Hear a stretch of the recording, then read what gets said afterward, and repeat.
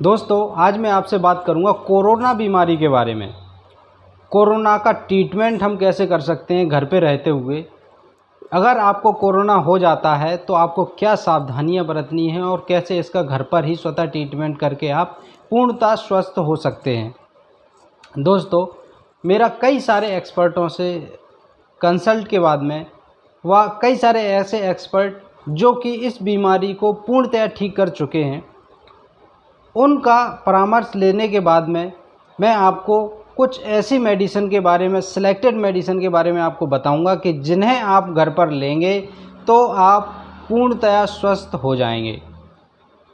दोस्तों, तो सबसे पहले आपको एक चीज़ विशेष ध्यान रखना है कि अगर आपको कोरोना हो जाता है तो आपको इन बीमारियों का, इन दवाइयों का ट्रीटमेंट लेना है। अगर कोरोना नहीं होता, आप पहचानेंगे कैसे कोरोना हुआ नहीं हुआ?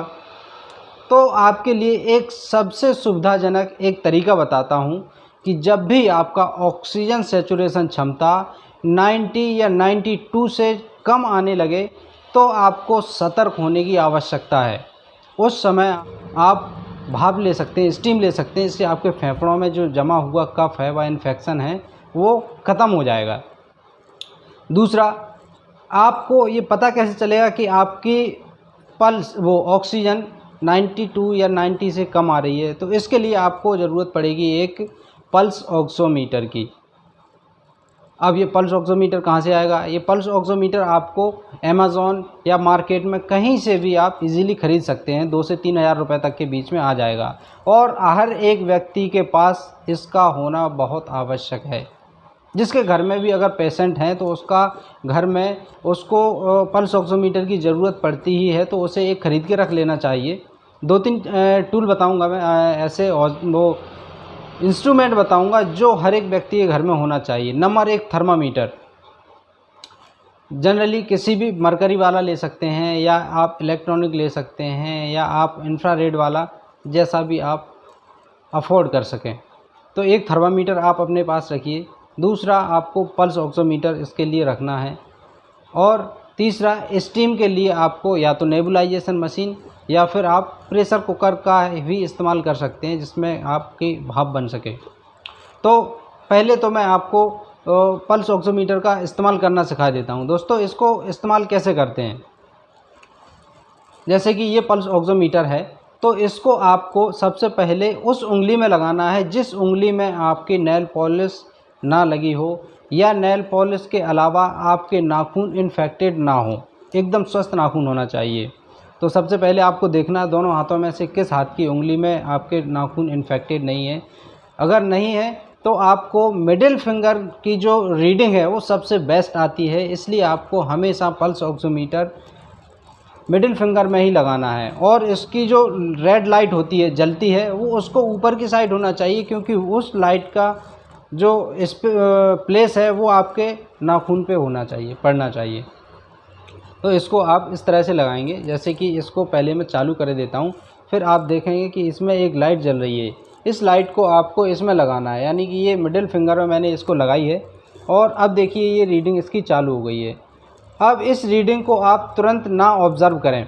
जैसे अब मान लो ये जो रीडिंग आ रही है, इस रीडिंग को हम एक्यूरेट नहीं मान सकते। इसके लिए आपको क्या करना होगा, आपको 1 से 2 मिनट इंतज़ार करना होगा जब तक ये रीडिंग प्रॉपर तरीके से ना आ जाए। अब प्रॉपर तरीके से कब आएगी? ये जो इसमें जो वेवलेंथ चल रही है, ये जो नीचे वाली वेवलेंथ है, ये हमेशा एक जैसी होना चाहिए। इसमें यानी कि ऊपर नीचे वाला जो कर्व है वो ऊंचा नीचा नहीं होना चाहिए, यानी हर एक कर्व एक्यूरेट एक जैसा ही हो, तब जाके हम उस रीडिंग को अपने को ऑब्ज़र्व कर सकते हैं। उस समय की जो रीडिंग होगी वो एकदम परफेक्ट और एक्यूरेट होगी। तो जिस तरह से ये देखिए 97 मेरी आ रही है और पल्स आ रहा है 107 पर मिनट, है ना? तो ये एकदम राइट है। अगर ये ऑक्सीजन SpO2 लेवल अगर आपका 90 या 92 से कम आता है तो आपको फ़ौरन सतर्क होने की आवश्यकता है, क्योंकि उस समय आपके लंग्स में इन्फेक्शन होने के चांस बहुत ज़्यादा बढ़ जाते हैं। उस समय आपको क्या करना है? उस समय मैं आपको 4 तरह की जो मेडिसिन बताऊंगा, उनको आपको घर पे ही यूज़ करना है। और उनका अगर आप ठीक से इस्तेमाल करते हैं तो आप 5 दिन के अंदर पूर्णतया स्वस्थ हो जाएंगे। ये मेरा भी मानना है, क्योंकि मैंने इसको कई सारे लोगों पे एक्सपेरिमेंट करके देखा है, कई लोगों को दिया भी है और वो पूर्णतः स्वस्थ हैं। और कई सारे ऐसे एक्सपर्ट हैं जो मेडिकल फील्ड में वर्क कर रहे हैं, तो उनका भी यही मानना है और उनके बेसिस पर ही मैं आपको ये ट्रीटमेंट बता रहा हूँ। सबसे पहले इसमें आता है, अगर आपको फीवर आ रहा है तो आपको पैरासीटामोल लेना ही है। यानी कि अगर आप 40 किलो वज़न से ज़्यादा हैं और 50 किलो वज़न 50-55 किलो के बीच में है तो आपको 500 mg टैबलेट सुबह, दोपहर और शाम तीनों टाइम आपको लेना है।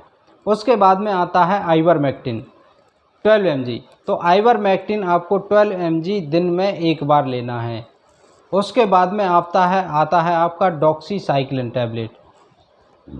डॉक्सीसाइक्लिन आपको 100 mg सुबह नाश्ते के बाद और 100 mg शाम को खाना खाने के बाद में लेना है।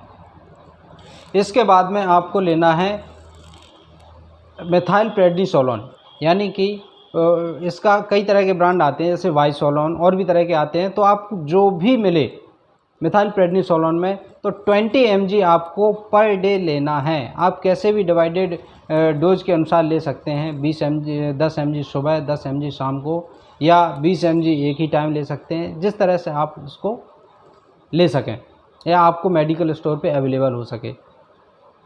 तो दोस्तों, आप चाहें तो इस मेडिसिन को नोट डाउन कर लीजिए। जब भी अगर आपको ऐसी कंडीशन लगती है कि आपका ऑक्सीजन लेवल कम आता है, तो आप इन चीज़ों को फॉलो करें, इन दवाइयों को फॉलो करें, तो आप देखेंगे 5 दिन के अंदर आप पूर्णतः स्वस्थ होंगे। ये मेरा भी नहीं, बल्कि कई सारे एक्सपर्ट जो कि एम्स से रिलेटेड डॉक्टर हैं, उनका भी यही मानना है। और बहुत सारे ऐसे डॉक्टर जो अपने प्रोफेशन में काफ़ी बेस्ट दे रहे हैं और इस कोरोना में भी काफ़ी अच्छे तरीके से वर्क कर रहे हैं, उनका मानना है। तो वही मेडिसिन मैंने आपको बताया, आप इसको फॉलो करें और यकीन मानिए, अगर आप इसको फॉलो करेंगे, इसको लेंगे प्रॉपर तरीके से, तो आपका कोरोना जड़ से ख़त्म हो जाएगा। इसलिए आपको डरने की कोई ज़रूरत नहीं है। जब भी आपको ऐसा लगे कि आपको कोरोना के सिम्टम्स आ रहे हैं, आपका SpO2 लेवल कम जा रहा है, तो आपको इन दवाइयों को लेना स्टार्ट कर देना है और 5 दिन तक नॉन स्टॉप किए हुए इन दवाइयों को लें। जैसी कंडीशन अगर आगे बनती है तो आप आगे भी इसको ले सकते हैं 2-4 दिन के और बढ़ा के। तो आप देखेंगे आप पूर्णतया ठीक हो गए हैं, आपको अदर कोई भी दवाई लेने की ज़रूरत नहीं है।